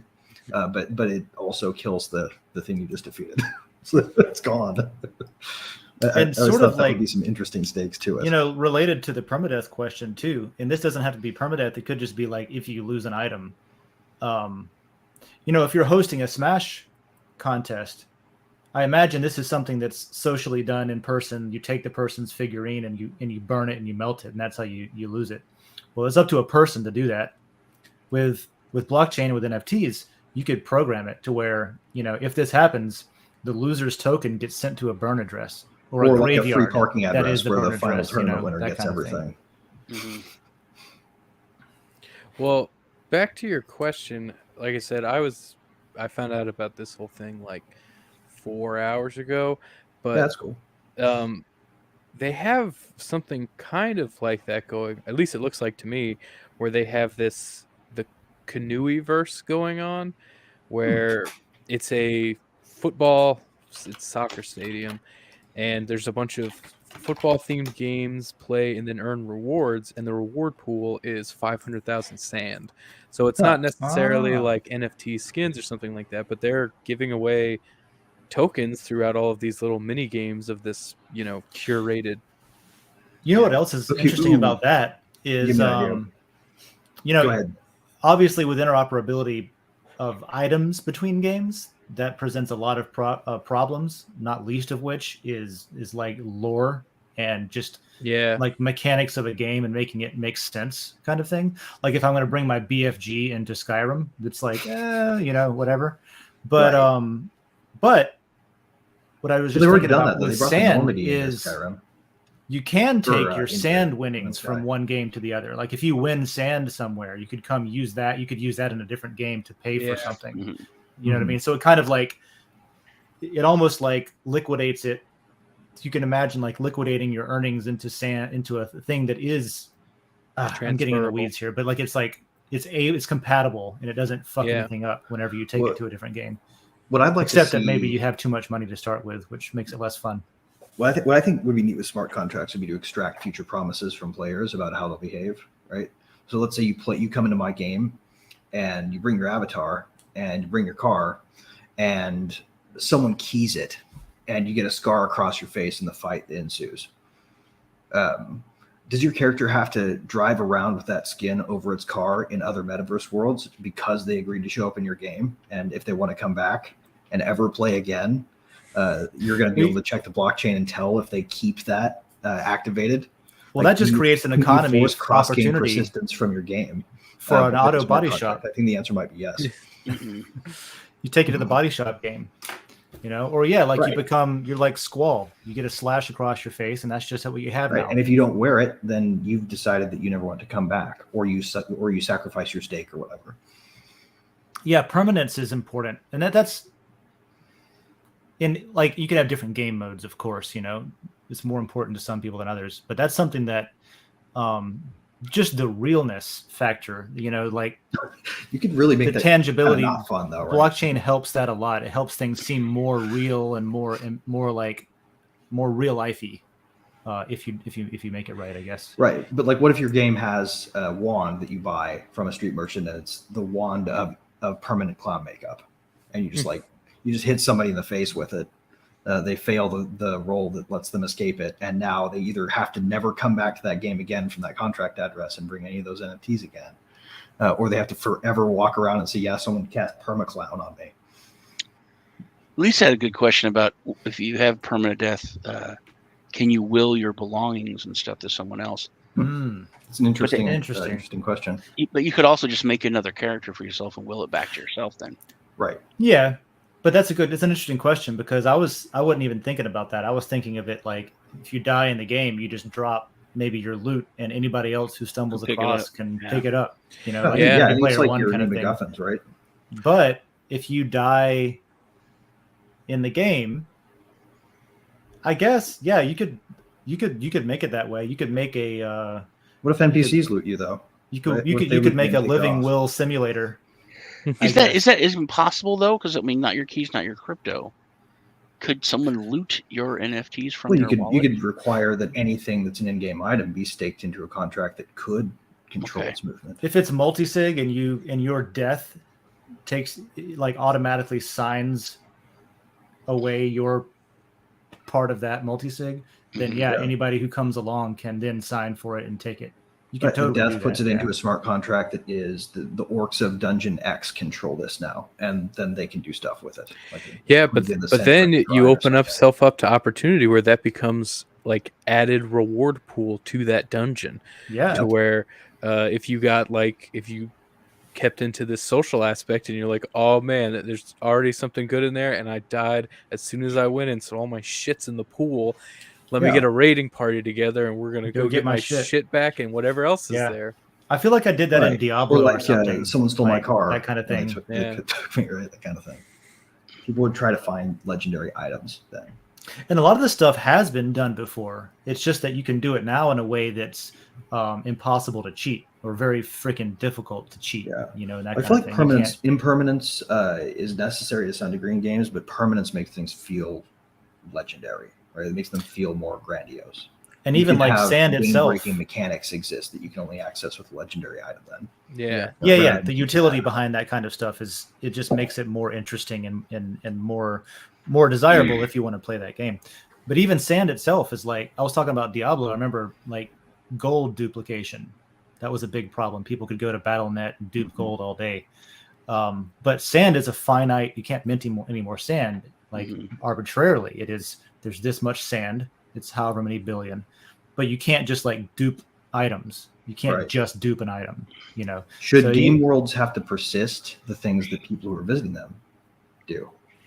Like the inverse of the question of, should you carry the scars? Should the place you go carry the scars of what you're Well, this was kind of a question last week where, like, how do you make a game, or can you make a game that literally just evolves the way that the world does, where if you chop down a tree and just leave it there, it rots and it grows mushrooms, and then it attracts animals to feed on the mushrooms, and then you can hunt them because you've just basically planted mushrooms that attract, maybe you're into squirrels. I don't know. Right. But yeah, that's just a matter of funding at that point. Like, how much can you afford to build? I think that would also fall into the mechanics of the world that you build. So like you want to build, something based time travel and Chrono Trigger, where doing things connect that way and have that permanence specifically to affect the end outcome of the game. So if you design a world where it's like Minecraft, where you cut down the tree and I don't play Minecraft, but I'm assuming the tree pops back up eventually. If you do anything game breaking in my world, you're going to meet the space-time devourer from Chrono Cross. I think it's weird how if you were talking about like the gold, or in Skyrim and other games, you can like make 1,000 of an item. You can get like a gold ring, make 1,000 of it, and then sell them. when you're talking about blockchain, it's an attack. As far as doing something like that, getting more money out of the game, because usually it's real money. Yeah, that that's you the convert. terminology used. It's an attack. You just gave me an That's how it's interesting used. idea, Sean. Attack versus in a game, it's a glitch or exploiting a glitch. It's not viewed as an attack. And I think that's because of how much more real it makes it. It's not just an inconvenient glitch that's funny anymore. It's like, oh no, this is people's actual you're taking people's resources money, and their time and their invested stuff or whatever it is.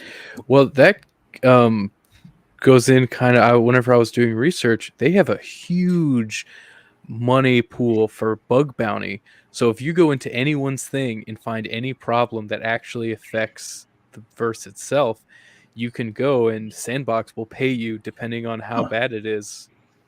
Either some to it. I can't remember how much the pool was, but it was a good few $1 million to pay out to people who find, these attack breaking bugs. So if you do go into, John's game and it's like, well, for some reason, whenever he made this weird little economy right here, I can break it and just start pulling tokens from across the thing. Yeah. It's like, right. You could do that. For some reason, when you do this, somebody else's game is affected. Or whatever. It's like, I'm going to go make $200 from Sandbox right now and just go tell them. Right. I feel like that's kind of a proactive, like a proactive ransom almost or something where it's like, hey, if you guys, I know that you guys are going to go try to break this. So if you do, just break it nice, be nice about it, and we'll just give you that money you wanted to get. Yeah, so we can fix it. Yeah, imagine instead of it just destroying everything. Imagine if Bethesda offered something similar to where every bug, you'd be like, yeah, we know there's a lot. We'll give you like $5. Just tell us and we'll fix it. Yeah, like the unofficial patch for every fucking game. And if you want 15, submit code using a pull request that fixes it if you really want to get into it. I think that would be really cool. I think it kind of goes into my next question on Den. Yeah, let's we're almost at time, but the next question actually we've pretty much been discussing already. I'll go ahead and read it, and we don't have to spend a lot of time on it. But so this is Jacob Wayne again. He was saying he bought some Sandbox NFTs on OpenSea, which is just one of the more popular NFT marketplaces. Nothing to do with Sandbox specifically, and then was able to use them in the game. Except the Smurf that he got. Oh yeah, the Smurfs have some land in the Sandbox too. You could wear bunny ears, brandish a glowing sword, wear the prince vest for defense. Also, if you decided to make a map on your piece of real estate and you bought any of these NFTs, you could house them in the experience you create. For example, you could put the green Smurf in a quest and someone can interact with them, or it can just be a part of the background as a, hey, look what I have kind of thing, sort of a trophy. But yeah, that's the part that is, to me, one of the more interesting things about NFTs is that you can acquire them. It gives the option of things that happen today already. Like I have purchased gold from a gold farm in China on eBay for World of Warcraft in my life. I have done that. And I go to my mailbox in the game and I get it out and, oh, you cheated and it's a workaround and it's a hack or whatever. But the reality is people are going to do that anyway. So making it to where you can do this fairly and safely and equitably in a third-party marketplace if you're choosing, I think is a pretty cool angle on games. And this is what made me ask my next question of if you won the Smurf. Okay. And that next question is the number go up champion question. Since sand is down 750% in the last 12 months, I didn't know that. I think everything's down like 100 billion gazillion percent the past couple of years, it seems like. Do you think that, as I do, real adoption like a AAA game or a gaming company, the currency used for that game ecosystem needs to be at least somewhat stable to support one, the gamers, and two, those who want to create for the game and use the financial part of the ecosystem like play to earn? Follow up on that, would a dual token system work for that, or is it just putting a target on your back? I think if you wanted to do something like that, what you really want to do is like have it so the token burned or had to be burned in order to create certain really amazing things, like really big world-changing edits to a shared metaverse world would have to cost the native currency in a way. And what you could have is, when the price drops, obviously you need somebody to add some serious value to the game, right? So the further it falls, the cheaper it gets, and the more attainable, major feature edits are from third parties. We saw that a little bit with a marketplace to send it driving back up. Yeah.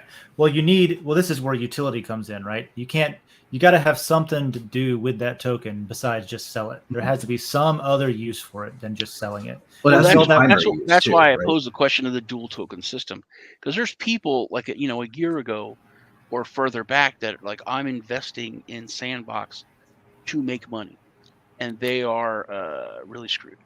And then there's people that are buying just because I like Sandbox, I want to use it, and then the money they put in to use is losing value faster than the dollar. Right. And but then they paid for a feature, right? There's people that are building on Sandbox, trying to make things and sell it to make money, and those people are getting screwed. So there needs to be some kind of more stability, so people will create, and so that people will just use the platform.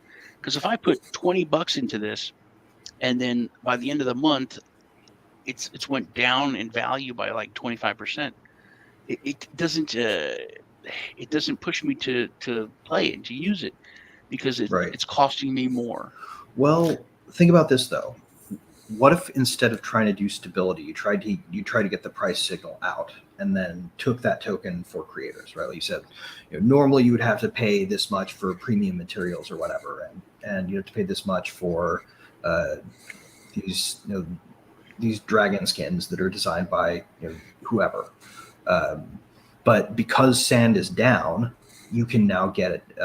You can now build things at 750% cheaper, and they're advertising that at the same time, right? Like Czar, people would watch the price. I want to hit Czar's question on this. Absolutely not, Czar, because every other video game doesn't work that way. If I go spend $100 on a video game, I buy the collector's edition of that video game. I play that a month later, 2 months later, a year later, I'm still going to have the same value in it. Whereas if I put a bunch of money into this and I'm really into it, and then I kind of not that into it for a month, and then I come back and I want to play again, all of a sudden my money is worth way less in the game. It doesn't work that way in reality, in the reality of the gaming industry, which is what this is trying to break into. Mm-hmm. You're not going to have adoption. People aren't going to want to play it when they have a better alternative. Doesn't that a little bit depend on how you create the game, though? Like, for example, so Den is not a game, I guess, and maybe you could stretch it into an argument of multiverse, maybe, but or metaverse, socialize, but on different topics. So we have but for example, to use that as an example, we have a dual token system on Den, and we have the matter token and the energy token, right? And so the matter token, you can use that for a lot of different, but the primary thing that most people will use the matter token for on Den is to generate energy, which you then use in the game. Right. Yeah. Although that matter token may go up and down in price, and it will go up and down in like market value, you're still the utility of it. You come back to Den, you've got this much energy to use every day based on how much matter you have. You still can do the same things in the game in Den in this sense, right? It takes you 8 energy to post with a photo or with a video. It takes you X number of energy to edit your post, right? This could be done the same way in a game where, like, no matter what the external value of the token is, when you come back, you can still play the same game, have the same interactions, have it cost you the same in-game money. It then just becomes more or less difficult to do what people hate seeing people do, which is go out and buy shit and bring it in. And like, oh, you didn't have to work for that, right? That's the part that I see people work. Yeah, a sub-metaverse within Sandbox called Sandbaggers, and you could use that to build dynamics that destroyed supply. Like the whole game resulted in people spending in it, going into a black hole. I think a lot of this is talking kind of about this issue with taking an in-game economy and then matching it to a real-world economy. That is right. a Or recipe. many worlds, many economies. Yeah, like that's that. a recipe for disappointment, you know. And if that economy is based on a token, then and that token, like you said, is dropping like crazy in the value of it, and then your game economy is by extension dropping like crazy, hmm then yeah, I don't really think that's fair to the players. Right. But But if you make your economy more based on items, on these NFTs, where yeah, sure, they're valued in the token, but if what you're caring about is playing with these items, then I don't think that the real world economy would affect the actual players of the game as much as it would the investors. like, And think about this though. Like, what if the land was purchasable in the native token? I can't afford land on Sandbox right now, but maybe I could. I mean, how many more people would come as it dropped in price? Zara, imagine if you're playing Command and Conquer and during the game everything started costing more ore. All you thought you had enough, and then you have to go mine again. And by the time your harvester comes back, you don't have enough again. You got to go mine more because the price keeps going up or your value goes down. Now, in starting the You second might care token, about saving your soldiers more, right? I think you could have a like an intergame currency token, and that would be more of a stable price because it would be pegged to the value of sand. So something Oh, that's cost interesting. $1, or something costs 10 of your sand too. It would cost it would be valued at point something sand, and as sand goes down, it would just be valued at more sand. Basically for you to cash out. But in doing that, you're kind of painting your a target on you with the SEC because you're literally saying this is based on value, not utility. This is based on price Right. action, I mean, and utility. their argument is that the retail should be, or secondary market and retail should be a signal that a thing has become a security, even if the creators didn't intend it. I still think a lot of that Really comes down stupid, to because the it way you makes games like decide, this less likely. down to the way that you decide to design your game and your game economy. I mean, yeah, if it affects other people's experience, that's something you need to design away from, probably, right? That would be a good You idea. shouldn't have to consult the SEC to But build your people in-game have been economy. like, if you want, and first of all, you don't have to make your token tradable externally. DIN has energy that is usable on DIN, and that's it. You can't even export it. You know what I mean? But besides that, like, if you have a system where somebody can come, they can go buy something on the open market to bring it in the game, so they can start with more money than they're supposed to. They can start with a suit of armor, so they don't have to work for something. On one hand, yeah, that could be unfair in a PvP situation, in a multiplayer Unless players situation, are that kind also of thing. armorsmiths, right?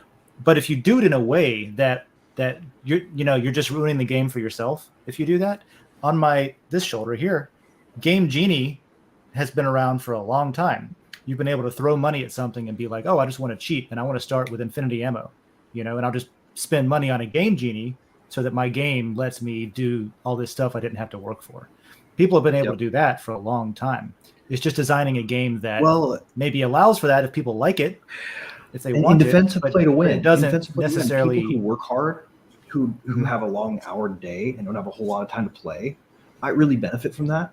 And if you have a player-driven economy, you can reward players for finding that loot. You can send them on quests and then sell it in the in-game marketplace to people who want to pay to win. I don't know as much about the whole crypto side of things, but this economy issue is, I would base this on like an RPG's economy. Most RPGs, the stuff you get at the store, the stuff that you can go buy to start out with, even if you cheat the game and have a bunch of money, the stores have the worst stuff. It's all crap.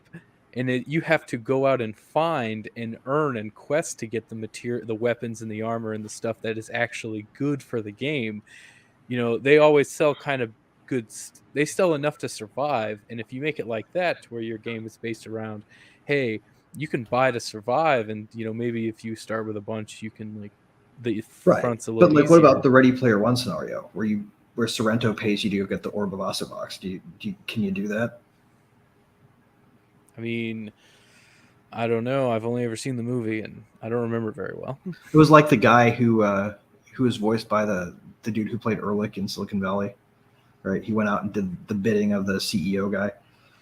I don't recall that. I remember they had the holy hand grenade, and that was funny. But and the Chucky doll. And stuff they were like They were trying to get control by buying it from players. They just that that was basically like a centralization attack on a DAO, kind of thing. Yeah. That actually, for all intents and purposes, they set a corporation in the real world to winning a game in the metaverse. They basically just turned gamers into mercenaries. And that was that's right. I remember now because they had them all suited up in the room, and they were VR, and they were plugged in, and they had all the best suits or something. Yeah, I got you. And then they actually set up a system where debt collection in the society worked by you being imprisoned in their VR helmets that you had to work in order to pay off the debt. Like, I mean, I don't know of any example to that extent, but there was the whole. I think it's the CS:GO economy, right? Where there's people's jobs. There's like China player farms where they would work for skins in order for like the people who own the farms to sell on that economy, because they have a real world money economy for different skins and have for since the game came out. So like there was reports of different small businesses of people who would get a bunch of computers together and they would go pay kids to play the game, and they would give them a little bit of money. They got to play a video game, but everything they got, they would go sell on the marketplace and make tons of money. Classic sweatshop gold farms. Well, at the same time, though, it could be good because if you're recording that all on chain, then you're going to be able to pin down where they're doing it unethically. Yeah, and we got to, we're up on time, but something else that comes to mind is that it might be that we need a future like that, to where if everything's going to be automated away, like we talked about at the beginning of the show today, like if everything's going to be automated away, maybe we need to have other economic options to go grind away and get some virtual gold to sell to somebody who wants to buy it or something like that. And eventually it's going to be AIs replacing the tedious task on the games. That's what we've seen. Like I said, all of this has been done before, and all of this will happen again. Like IM said something that's kind of interesting. It says maybe due to SEC threats, we've seen the gaming industry, big companies, unwilling to incorporate crypto tokens. Yeah, I mean, that is. I would beg to differ on the fact that they're actually not getting into it. I can't really say what I know, but I know of some games that are. Well, the gaming industry is big gaming companies that are actually into it right now. Depending on what you're talking about, there's a lot there going on. Yeah, and I know.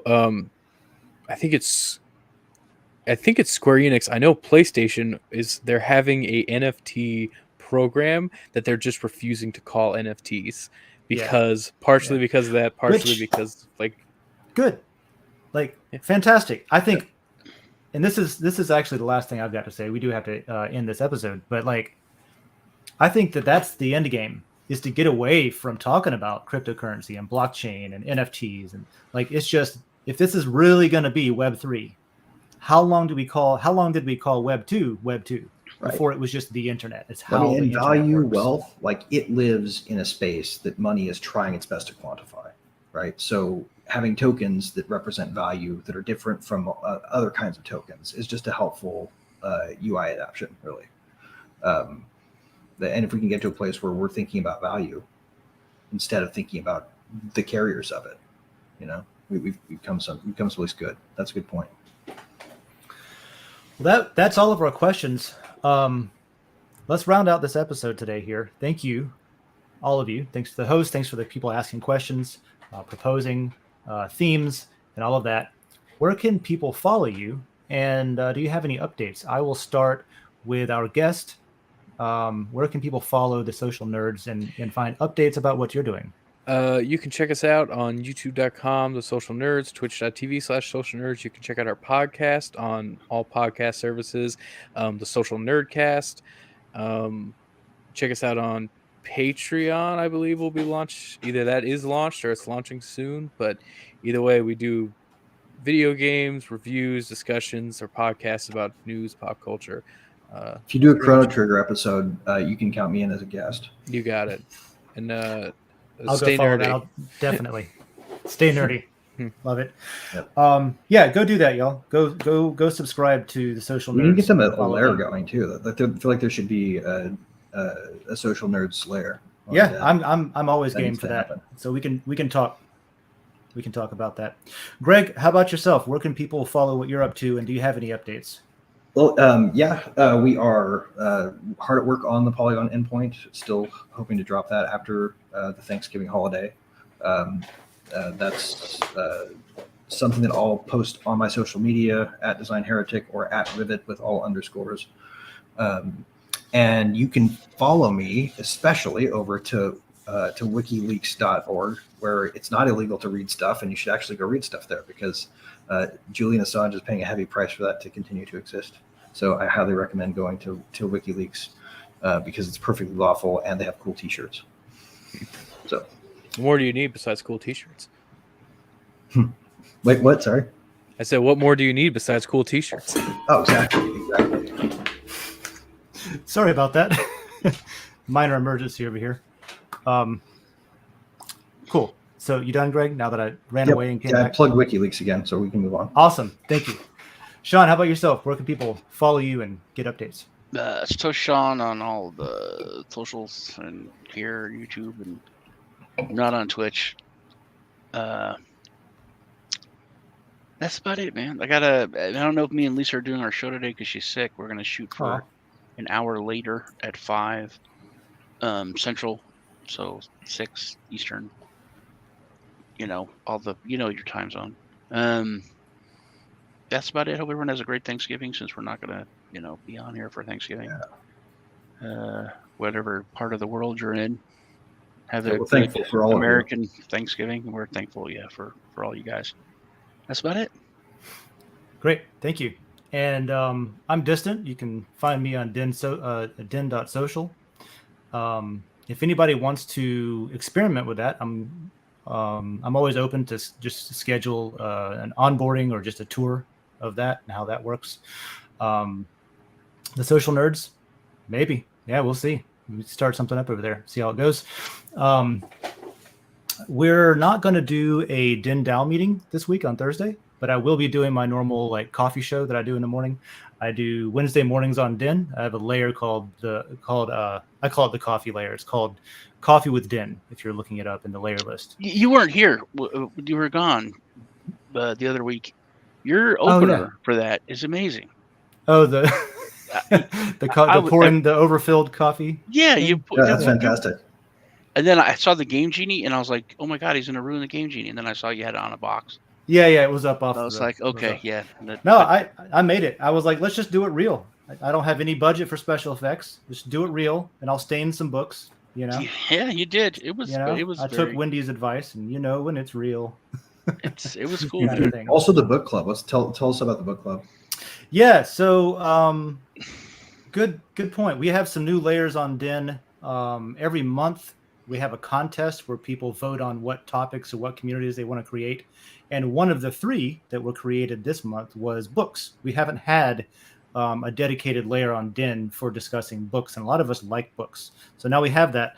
And I ended up in a different conversation describing how one might use Din, for example. And in that example, I basically developed a concept for a book club and figured, you know what? Fuck it. Let's do it. Let's do a book club. So I'll be posting over in the books layer this week with a proposal to start a book club, and anybody who's into that, who wants to come in and join that, we'll come up with some kind of format. Right now, I'm just thinking once a month, we'll pick a book, we'll read it, we'll talk about it. Boom, you got a book club. Yep. And we can do it on Din. It can evolve from there. It can be as interesting or as boring as we want it to be. But yeah, come over to Din. If you don't have an account, it's free. And subscribe to the books layer and look out for that. And then tomorrow morning, I'll talk about it a little bit too. Coffee with Din is just literally some friends who happen to be on, all have Din accounts. And we get together Wednesday mornings at 9 a.m. Eastern. And we talk about some things that have been posted on Din. We discuss things that maybe have no relation to Den, but we just have coffee together, and it's really casual, and anybody's welcome. There's a public link where anybody can pop in and join and stuff like that. So we'll be doing that tomorrow morning as well. So there's mine. Den. Go do the Den. Cool. So yeah, thanks everyone. Next week, the theme is going to be IoT. So we've done 2 weeks of games, and we're going to move into Internet of Things, which all right. Yeah, that's that the one I voted for. Or depending on how the conversation goes and what kind of questions you ask in that post, IoT could very well merge with augmented reality and metaverse, where you're sort of combining real world and virtual worlds. IoT could be another one of those things where it's an object that's now also on the network, which means it can be in your metaverse. We'll see where that conversation goes. I'm especially interested in, by the way, guys, if you want to explore topics for questions, the idea of disposable IoT devices and what that could mean in terms of metaverse integrations. Cool. Well, think up every now and then I throw a question in of my own, but think up something, get someone else to ask it yourself on that episode. Get your wheels turning. Cool. So I hope everyone enjoys their weekend. We're at the end of the year where we're going to keep saying that a bunch. We'll have different holidays coming up and different things for people to wish others well on. Share this episode. That's how we get the view count up, so we can distribute more of those lot tokens. The more you share, the more lot our hosts and topic contributors will get. So like, comment, and subscribe, and we'll see you next week. Thanks again, everyone. Adios. The first tap of a conductor's wand. The first rivet in a mile-high tower. The master link at the genesis of the never-ending chain. The moment a single empty canvas meets a singular master stroke. There is no one thing. Because now there are many. Because soon there will be more. Because one is ever the beginning. Like the first link in an infinite chain, or the first rivet in the tallest skyscraper. The master stroke is found in the masterpiece.